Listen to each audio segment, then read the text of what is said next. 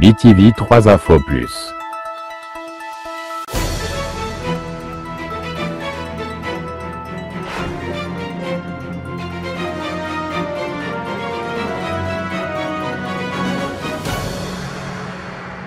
Rien que la vérité.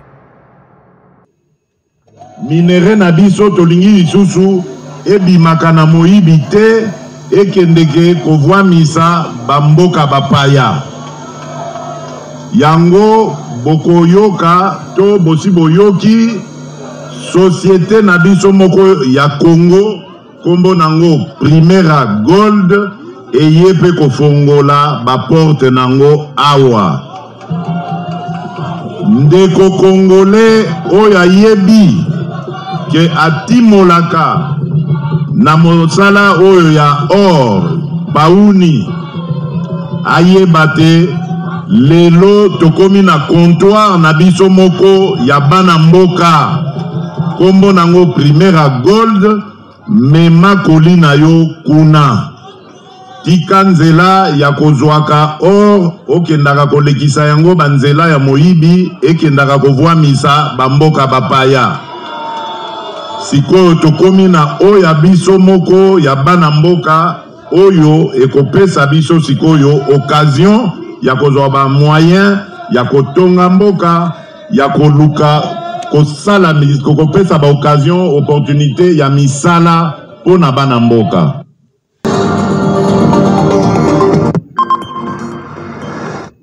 Mesdames et messieurs de la presse, bonsoir. Ce soir, nous allons faire un focus sur les missions d'itinérance que le président de la République a effectuées en province de Tanganyika, principalement dans la ville de Kalemi, mais aussi en province de Haut-Ouélé, Isiro, Bas-Ouélé, Bouta, où le président de la République a eu l'occasion de communier avec les populations de cette partie du pays.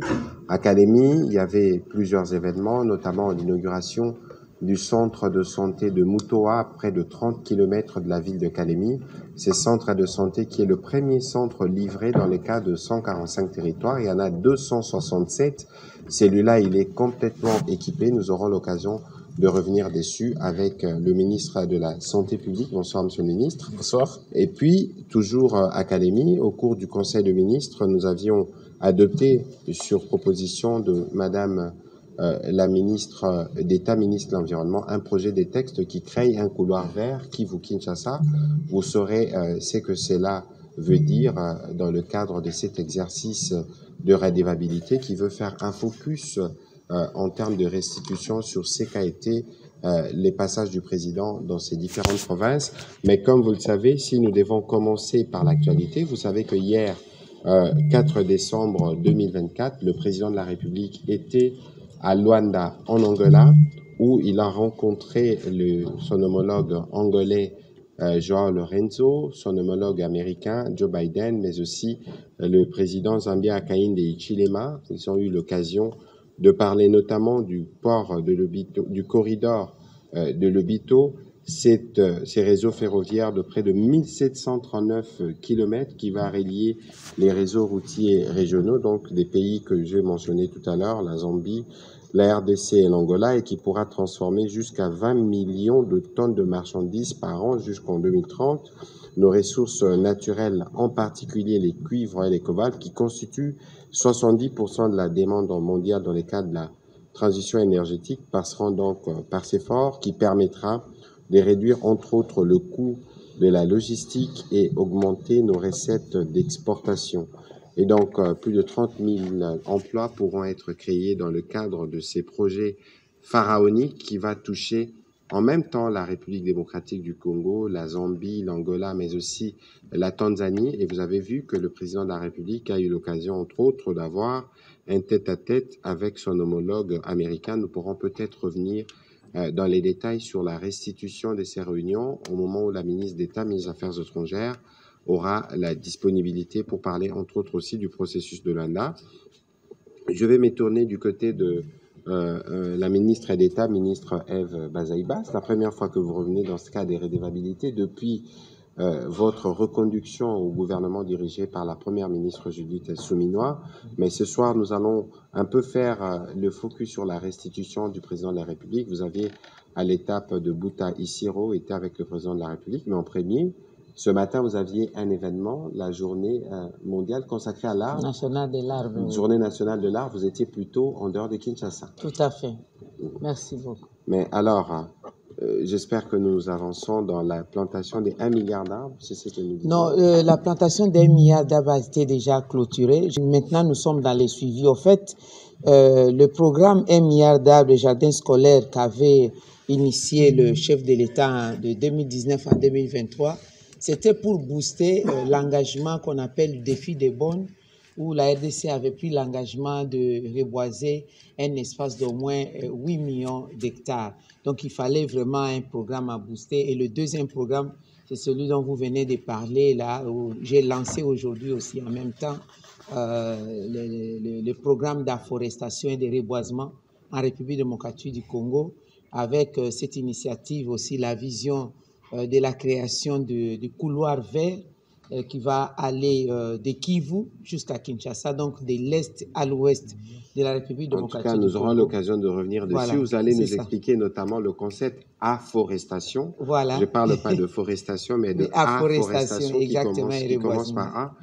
Monsieur le ministre de la Santé, avant qu'on entre dans les vifs du sujet, à Kwango, on nous parle d'une maladie qui a causé quelques décès depuis le week-end dernier. Je sais que vous avez reçu une alerte à ces propos qui a fait l'objet d'une des communications ce matin. Mais qu'est-ce que vous pouvez nous dire ce soir de ce que nous savons sur cette maladie?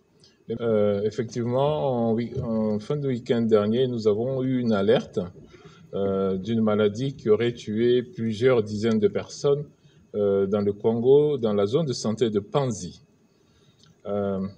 Rapidement, la zone de santé de Panzi se trouve à 417 km de Kenge. C'est une zone très, très éloignée, avec une route très, très difficile, surtout en période de pluie. Et donc, cette alerte faisait état d'une maladie qui donnait plusieurs symptômes que nous pouvons maintenant établir comme d'abord la fièvre. Donc, c'est une maladie fébrile, avec de la toux, avec de la rhinorrhée, c'est-à-dire le nez qui coule, et avec des maux de tête, des céphalées. Et aussi, on a remarqué qu'il y avait beaucoup d'anémie, donc les gens qui n'avaient pas assez de sang.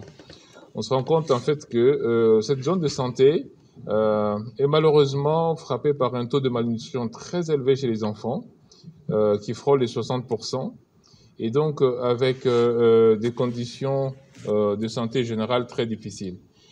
Et l'alerte nous parlait de plusieurs dizaines de morts. Il y en a même qui ont annoncé des chiffres de plus de 140 morts. Et donc, nous avons dépêché immédiatement une équipe. Et à cause de cette route difficile, l'équipe est arrivée 48 heures après. Et nous avons donc maintenant les éléments de l'équipe qui est sur place. Et ces éléments-là nous font penser que c'est un syndrome probablement grippal que ça se présente, c'est-à-dire que fièvre, toux, le nez qui coule, et qui se termine parfois par une détresse respiratoire. Et on voit que c'est plus les enfants qui sont touchés, parce qu'il y a 40% d'enfants de moins de 5 ans qui sont touchés. Alors nous avons dénombré dans les centres de santé au total 30 morts. Ce matin, j'avais parlé de 27 morts, mais parce que l'équipe est sur place, elle va vraiment en détail, et donc nous savons qu'il y a 30 morts. Et cela a commencé probablement fin octobre.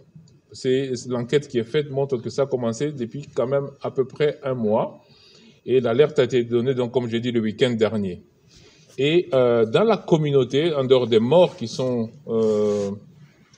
notifiés dans les centres de santé, dans la communauté, c'est-à-dire quand les populations elles-mêmes déclarent, on nous parle de 44 morts en plus. Mais ces morts-là, nous ne pouvons pas les relier directement.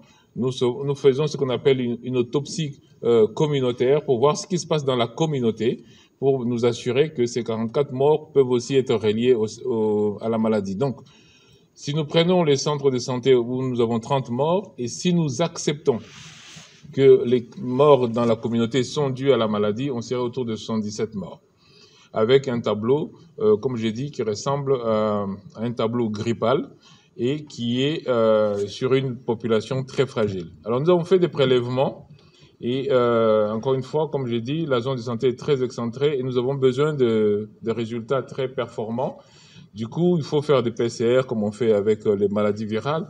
Et donc, nous avons décidé de réacheminer les échantillons rapidement à Kinshasa pour que ce soit fait de manière à ce que très rapidement, on puisse avoir le diagnostic. Donc, ça fait à peu près 5 jours donc, que nous sommes dans cette alerte-là et que nous avons déjà réagi. Alors, est-ce qu'il y a des précautions particulières à prendre pour les populations de cette partie du pays? Alors, pour l'instant, donc, comme nous ne pouvons pas encore faire le diagnostic, parce que c'est très, très récent, nous ne pouvons pas encore dire, parce que ça peut être une maladie d'origine, la transmission peut être d'origine respiratoire, on ne le sait pas. Elle peut être d'origine hydrique, c'est-à-dire par l'eau, on ne le sait pas encore. Donc, laissez-nous avoir le diagnostic. Et comme ça, on pourra donner les indications les plus précises. Alors, merci beaucoup, Monsieur le Ministre. Que ces briefings, nous voulons nous focaliser sur le grand axe de la restitution du voyage du président de la République. À Kalemi, c'était avant le Conseil de ministres la conférence de gouverneurs qui était la première depuis les dernières élections où spécialement les présidents des assemblées provinciales ont été invités parce que le souci du gouvernement, c'est de s'assurer que nos provinces sont stables au regard des conflits persistants qui ont été notés dans l'expérience du passé. Madame la ministre d'État, ministre de l'Environnement, vous avez présenté un projet de loi modifiant la loi sur la conservation de la nature avec la création de ce couloir vert Kivu-Kinshasa.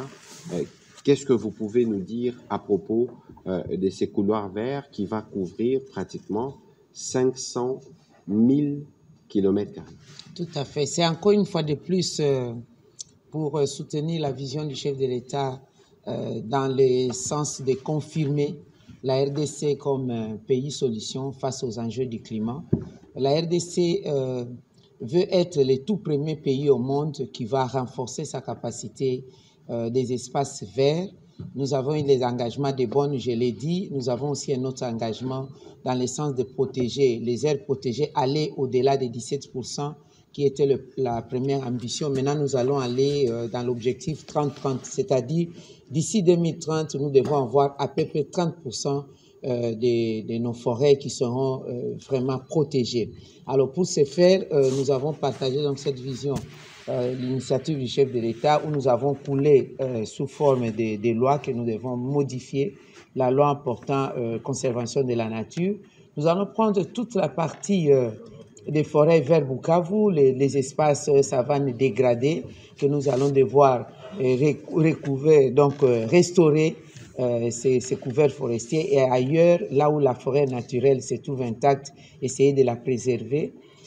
Donc, toutes ces parties procéder à la plantation des palmiers. Donc, le palmeraie qui a la vertu de sédentariser la population. Et avec ces palmeraie, on va utiliser l'agroforesterie. Donc, à partir de Kivu jusqu'à Kinshasa, ça va traverser plusieurs provinces, plusieurs territoires, dans le cadre aussi de renforcer les PDL 145 territoires.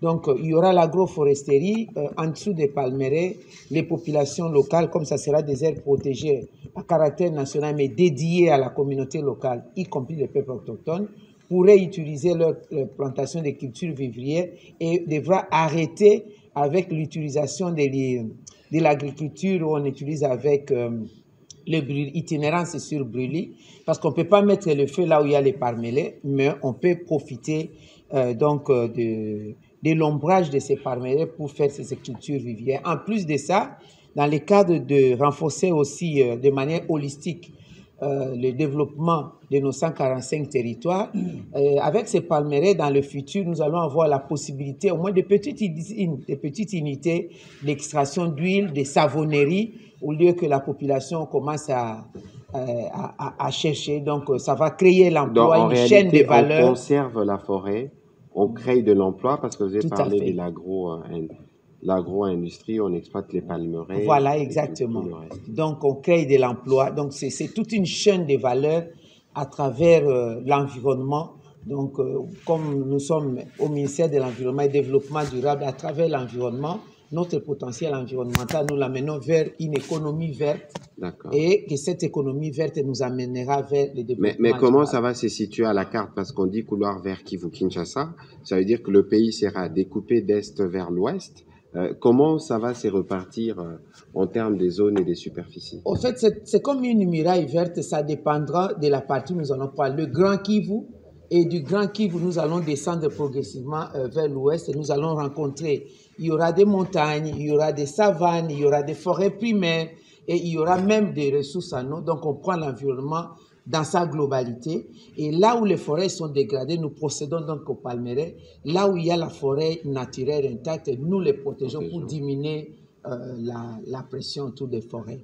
Et c'est calculé, c'est la direction des inventaires des aménagements forestiers qui s'en occupe, la DIAF, et aussi le système de surveillance forestière que le bâtiment où nous sommes en train de construire actuellement à l'UNIKIN, qui va abriter donc ces centres-là, des systèmes de surveillance forestière, qui va s'en occuper. Et l'ICSN, qui est sous notre tutelle, est entré aussi en danse pour suivre cela. Donc voilà, et nous travaillons avec les fonds forestiers dans les cas de reboisement. Mais ça aussi, il faut souligner que c'est au-delà même du niveau national, parce que c'est un dossier, je crois, qui va faire l'objet d'une présentation au niveau international par l'initiateur même de cette vision, le chef de l'État, en début de l'année. C'est qui consolide notre position de pays solution en termes de conservation de la nature, mais cette fois-là avec la possibilité d'en faire une économie autour de la conservation. Monsieur le ministre de la Santé, je me tourne de votre côté pour parler des autres événements à Kalemi.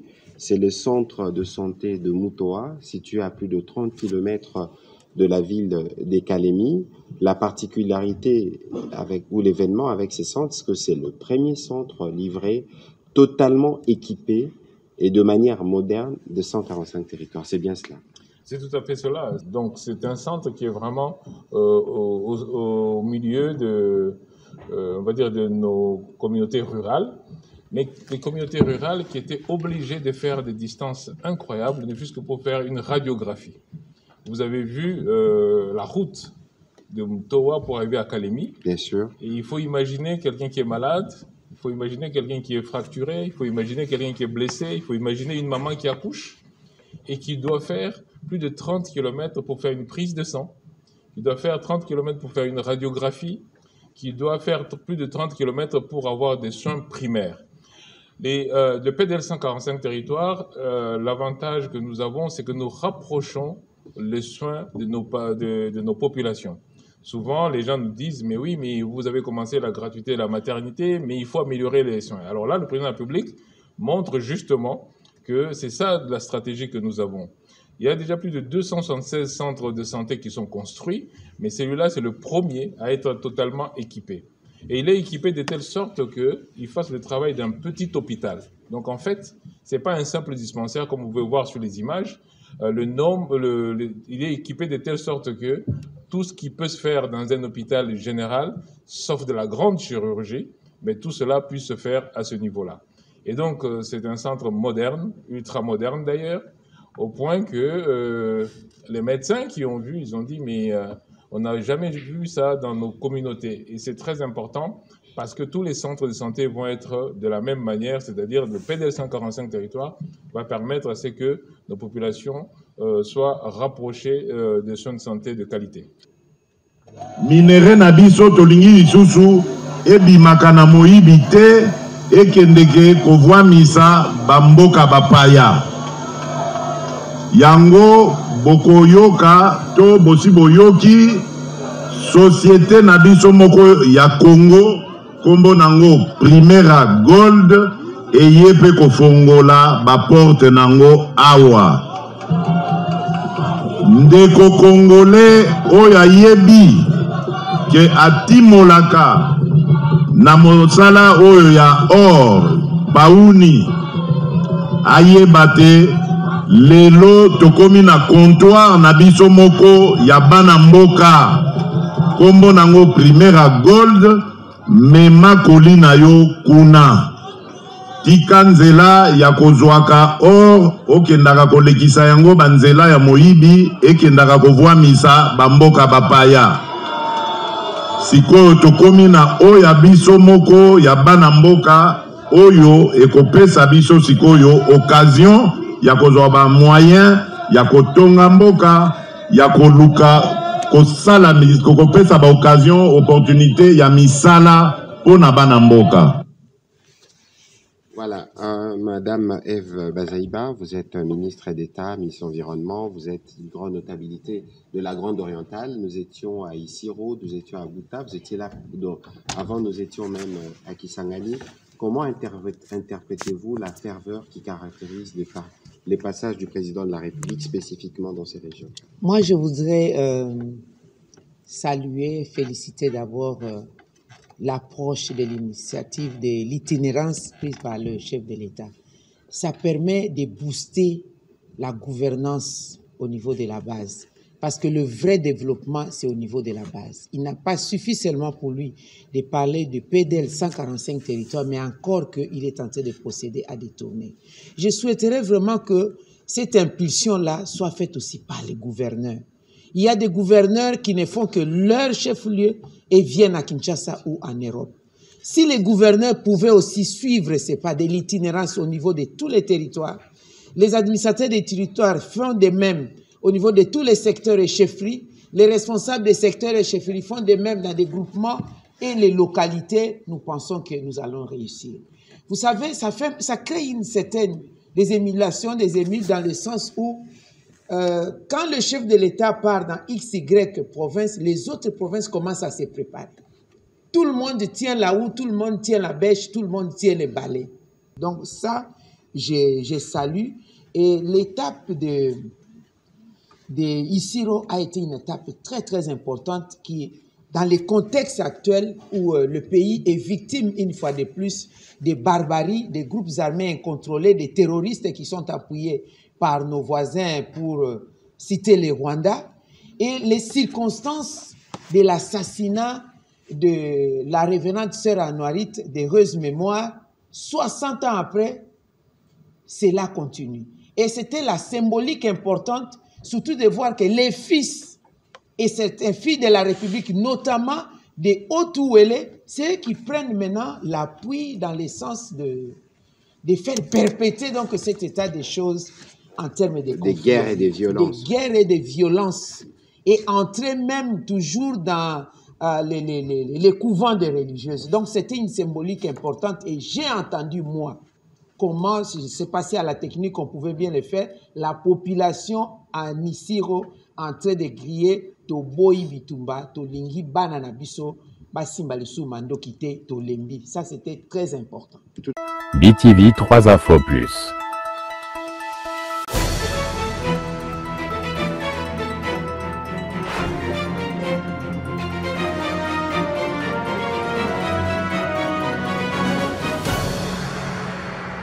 Rien que la vérité.